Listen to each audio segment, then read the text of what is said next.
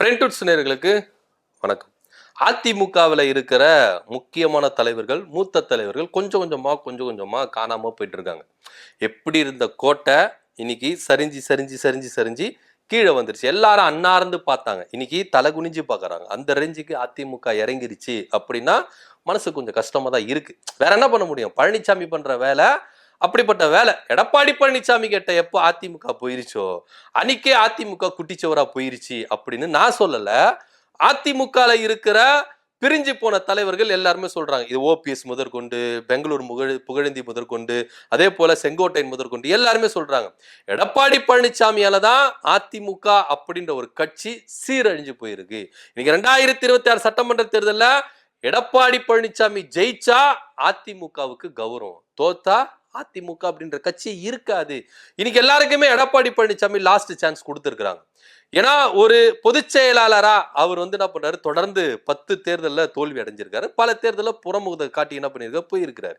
இப்போ 2026 சட்டமன்ற தேர்தல் ஜெயிச்சே ஆகணும் அப்படின்ற ஒரு கட்டாயம் எடப்பாடி பழனிசாமிக்கு இருக்கு. ஜெயிச்சுட்டாருன்னா நான் ஒரு தவிர்க்க முடியாத சக்தி படைத்த தலைவரா ஆயிடுவேன். எம்ஜிஆர், ஜெயலலிதா, அதுக்கு அடுத்தது எடப்பாடி பழனிசாமி, அந்த லிஸ்ட்ல அவர் வச்சிருவாங்க.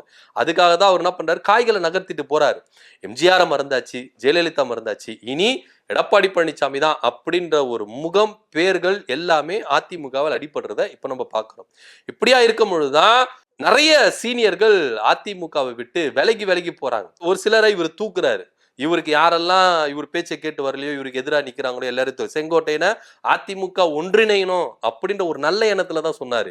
இது செங்கோட்டையனுக்கு ஆதாயமா அப்படின்னா இல்லவே இல்லை. ஏன் அப்படின்னா அவர் என்னென்ன சொன்னார்னா, ஒன்றிணைஞ்சு தேர்தலை நம்ம சந்திச்சா நிச்சயமா 2026 சட்டமன்ற தேர்தலில் பாஜக உதவி தேவையே இல்லை, நம்மளே தனி பெரும்பான்மையா என்ன பண்ணலாம், ஆட்சி அமைக்கலாம். அப்படிப்பட்ட பலம் அதிமுகவில் இருக்கு. இன்னைக்கு நீங்க ஒரே ஒரு விஷயத்தை மட்டும் நல்லா யோசிச்சு பாருங்களேன். அதிமுகவில் இருக்கிற அடிமட்டனுடைய தொண்டன் என்னவா இருக்கு அப்படின்னு பாத்தீங்கன்னா, பிரிந்து கிடக்கிற அதிமுக எல்லாருமே ஒன்றிணைந்தால், ஏன்னா எல்லாரும் ஒவ்வொரு பார்ட் ஆஃப் ஒரு தலைவர்கள், குறுநில மன்னர்கள் அப்படின்னுவாங்கல்ல, அந்த மாதிரி இந்த அம்மா இருக்கும் பொழுதே எல்லாவற்றையும் அப்படி என்ன பண்ணிட்டாங்க, படிச்சுட்டாங்க. இப்போ ஒவ்வொரு மாவட்டத்தை நீங்க எடுத்துட்டீங்கன்னா அந்த மாவட்டத்துல அந்த நபர் தவிர்க்க முடியாத ஒரு சக்தியா இருப்பாரு. இப்ப திண்டுக்கல் மாவட்டத்தில் இருந்த நத்தம் விஸ்வநாதன், திண்டுக்கல் சீனிவாசன், இவங்க 2 பேரும் என்ன பண்ணுவாங்க, தவிர்க்க முடியாத சக்தியா இருக்கிறாங்க.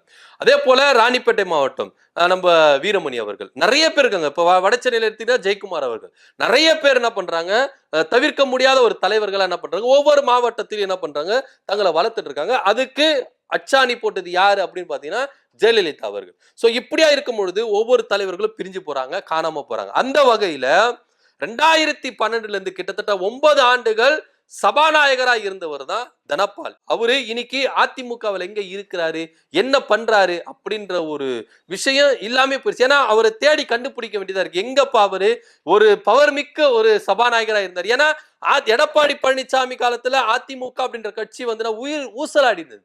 அந்த டைம்ல அந்த ஆட்சியை காப்பாத்துனது யாருப்பா சபாநாயகரா இருந்து அப்படின்னு பாத்தீங்கன்னா தனபால் அவர்கள் தான். ஆனா இன்னைக்கு அவரு இல்லவே இல்லை.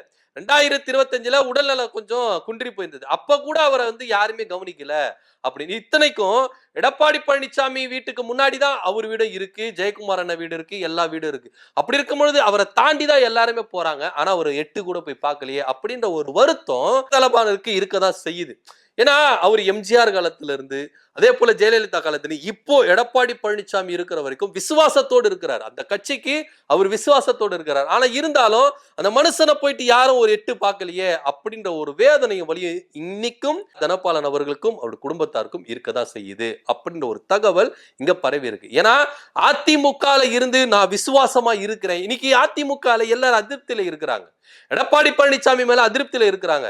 இன்னைக்கும் அதிமுக இருக்கிற அதிருப்தியாளர்கள் ஏன் ஒரு சிலர் வெளியே போறாங்க, இன்னொரு சிலர் உள்ள இருக்கிறாங்க அப்படின்னா, 2026 சட்டமன்ற தேர்தல் டெட் எண்ட் தேர்தல். இது எடப்பாடி பழனிசாமி தலைமைக்கு ஒரு சவாலான தேர்தல். இந்த தேர்தல் அவர் ஜெயிச்சிட்டாருன்னா இன்னைக்கு அதிருப்தியாளரா இருக்கிறவங்க கூட மனமாறி இங்க இருந்துருவாங்க. ஒருவேளை தோத்துட்டா இதுக்கப்புறம் இந்த கட்சியில இருந்து என்னத்தை பண்ண போறோம் அப்படின்னு பிரிஞ்சு கிடந்துருவாங்க. இல்லாட்டி அதிமுகவை எடப்பாடி பழனிசாமி இல்லாம ஒதுக்கி வச்சுட்டு எல்லாரும் ஒருங்கிணைப்பாங்க. இப்படின்ற ஒரு தகவலும் பேச்சுகளும் அடிபட்டு தான் இருக்கு கள நிலவரத்துல. இப்படியா இருக்கும் பொழுதுதான் தலபானால் அவர்களை இதுவரைக்கும் எடப்பாடி பழனிசாமியோ இல்ல அதிமுக இருக்கிற தலைவர்களோ யாரும் போய் சந்திக்கல. அதனாலே ரொம்ப மன உளைச்சல் இருக்கிறாரு, மன வேதனையில இருக்கிறாரு அப்படின்ற தகவல் வருது. ஏன்னா நீங்க தனபாலன் நினைச்சிருந்தா எடப்பாடி பழனிசாமி கவர்மெண்ட்டை எப்பவே கவுத்து இருக்கலாம். ஏன்னா அவர் தான் சபாநாயகர். எடப்பாடி பழனிசாமி சொல்றத அவருக்கு ஒருவேளை எடப்பாடி பழனிசாமி மேல ஒரு சின்னதா அவருக்கு ஒரு அதிருப்தி இருந்திருக்கட்டுமே, எப்பவே என்ன பண்ணிருப்பாங்க, கவர்மெண்ட்டை கவுத்துட்டு ஒருவேளை ஓபிஎஸ், டிடிவி தினகரன் இவங்க எல்லாரும் ஒண்ணு சேர்ந்து என்ன பண்ணிருக்கலாம், எதோ பண்ணிருக்கலாம், என்ன வேணா செஞ்சிருக்கலாம். ஆனா அவர் பண்ணலையே. ஏன்னா அவர் கொண்ட கொள்கைக்கு உண்மையா இருந்தாரு, அந்த கட்சிக்கு அவர் விசுவாசமா இருந்தாரு. இதனாலதான் அவர் என்ன பண்ணியிருந்தாரு, எடப்பாடி பழனிசாமி கவர்மெண்ட்டுக்கு ரொம்ப ஆதரவா இருந்தார். ஆனா இன்னைக்கு எடப்பாடி பழனிசாமி தனபாலனை கைவிட்டுட்டாரு, போய் சந்திக்கல அப்படின்ற ஒரு மனக்கவலை அவர் இருக்கதான் செய்யுது. இப்படியே ஒவ்வொரு சீனியர்களையும் ஒவ்வொரு மூத்த தலைவர்களையும் எடப்பாடி பழனிசாமி இப்படியே கையாண்டா அதிமுகவில் சீனியர்கள் அப்படின்னு யாரும் இருக்க மாட்டாங்க. அடுத்த கட்ட நீங்க லெவலுக்கு போகணும்னா சீனியர்கள் வேணும். சரித்திரத்தையும் வரலாறையும் பற்றி பேசுற சீனியர்கள் வேணும். ஆனா அவங்க இல்லைன்னா நீங்க எப்படி கொண்டு போவீங்க? உங்களுக்கு யார் சப்போர்ட் பண்ணுவா அப்படின்ற கேள்வி இருக்குல்ல. எடப்பாடி பழனிசாமி தான் பதவியை எப்படி தக்க வச்சுக்கணும், முதலமைச்சர் பதவியை எப்படி பெறணும், இதிலேயே ஓட்டத்தில் இருக்கிறதுனால கட்சி நிர்வாகிகள் அவர் சந்திக்கிறது இல்லப்பா. கட்சிக்காக உழைத்த நிர்வாகிகள் அவரை கண்டுக்கிறது இல்ல. கட்சிக்காக எந்த நெருக்கடி வந்தாலும் கட்சியை விட்டு போகாம இருந்த நல்லவங்களுக்கு எடப்பாடி பழனிசாமி உறுதுணையா இல்ல, அவங்களை கண்டுக்கிறது இல்ல அப்படின்ற ஒரு குற்றச்சாட்டும் அதிமுக எடப்பாடி பழனிசாமி மேல இருக்கதான் செய்யுது. ஆக மொத்த என்ஆர் தனபாலன் அவர்கள் ஒரு மனவேதனையில இருக்கிறார். எடப்பாடி பழனிசாமி என்னை சந்திக்கல, எங்களை பார்க்கல, இந்த கட்சிக்காக எந்த அளவுக்கு நான் இப்படி இருந்தேன், அப்படி உழைச்சேன், அவரை கவர்மெண்ட்டை காப்பாத்தினேன், ஆனா கொஞ்சம் கூட நன்றி விசுவாசம் இல்லாம எடப்பாடி பழனிசாமி இருக்கிறாரு அப்படின்ற ஒரு தகவலும் இங்க பரவி இருக்கு. இதை பத்தியோட கருத்து என்ன அப்படின்னு கீழே கமெண்ட் பண்ணுங்க. நன்றி, வணக்கம்.